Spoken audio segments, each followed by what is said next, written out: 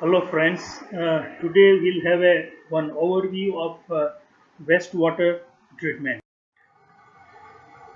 So far what we have learned is water which has been supplied to community and it has been used.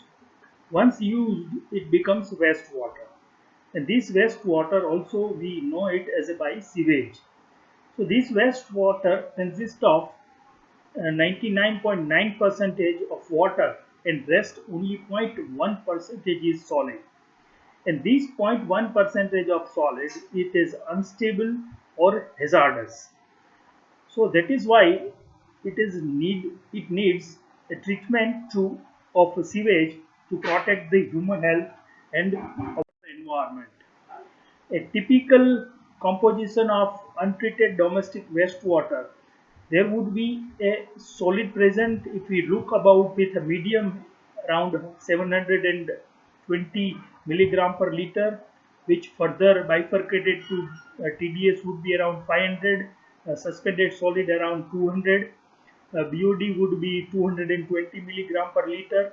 Again, nitrogen in a different forms. There would be a phosphorus, alkalinity, and grease. So this is a typical concentration of our domestic wastewater.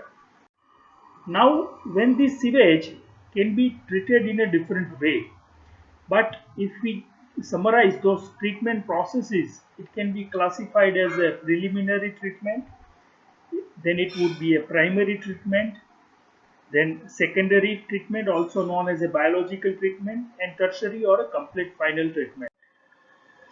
So in preliminary treatment where BOD get reduced by 15 to 30 percentage of original, it consists of a screening, it consists of a grid chamber, and it consists of a skimming tank. This preliminary treatment solely in separating the floating material, which would be like dead material, dead animals, tree branches, paper pieces, rags, and also heavy settlable inorganic solid. It also helps in removing the oils and grease from the sewage. And generally, the BOD is reduced by 15 to 30%. The next would be a primary treatment. It consists of in removing a large suspended organic solids. These usually accomplished by a sedimentation or a settling tank, which is known as a primary settling tank. So preliminary treatment as well as the primary treatment together they are classified as a primary treatment. The next is the secondary treatment, also known as a biological treatment. So the effluent which is coming from a primary treatment, which goes under the biological decomposition in a secondary treatment. Microorganism, especially bacteria, would be playing a vital role in stabilizing these soluble as well as the suspended organic matter.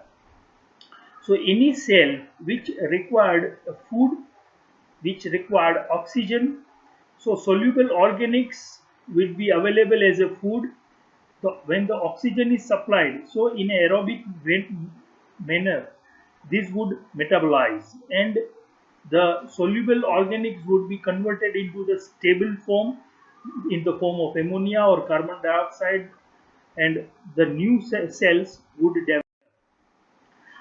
So for a secondary treatment, different reactors which are being used where the organic matter is decomposed, other word is oxidized by aerobic bacteria, which is known as a aerobic biological units.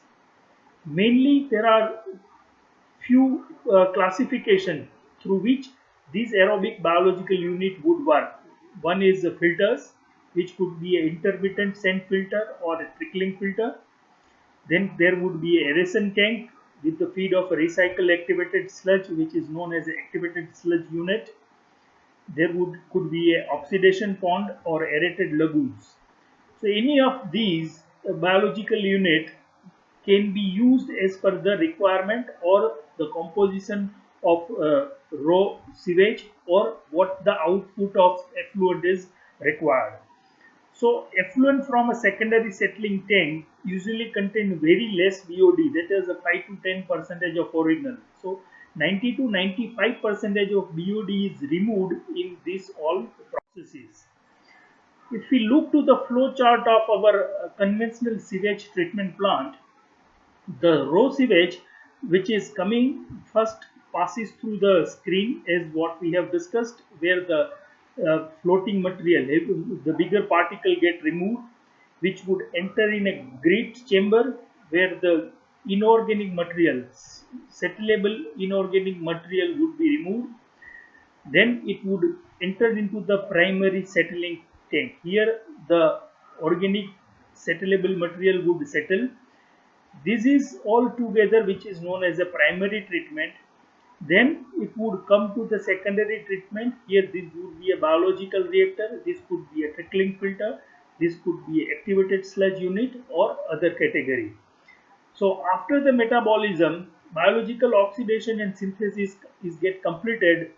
This effluent is taken into the secondary settling tank, where those flocculated or heavier mass would settle and the clear sewage or treated sewage is been discharged. Other thing is, whatever the sludge which is settled in a secondary settling tank, it is been wasted through the anaerobic digesters, and then it goes to the sludge handling and disposal. But part of secondary sludge is recycled for a seeding. So sludge which is coming from secondary and a primary sludge which is taken into the anaerobic digesters, then it has been digested. So this is a conventional flow chart for treating any sewage.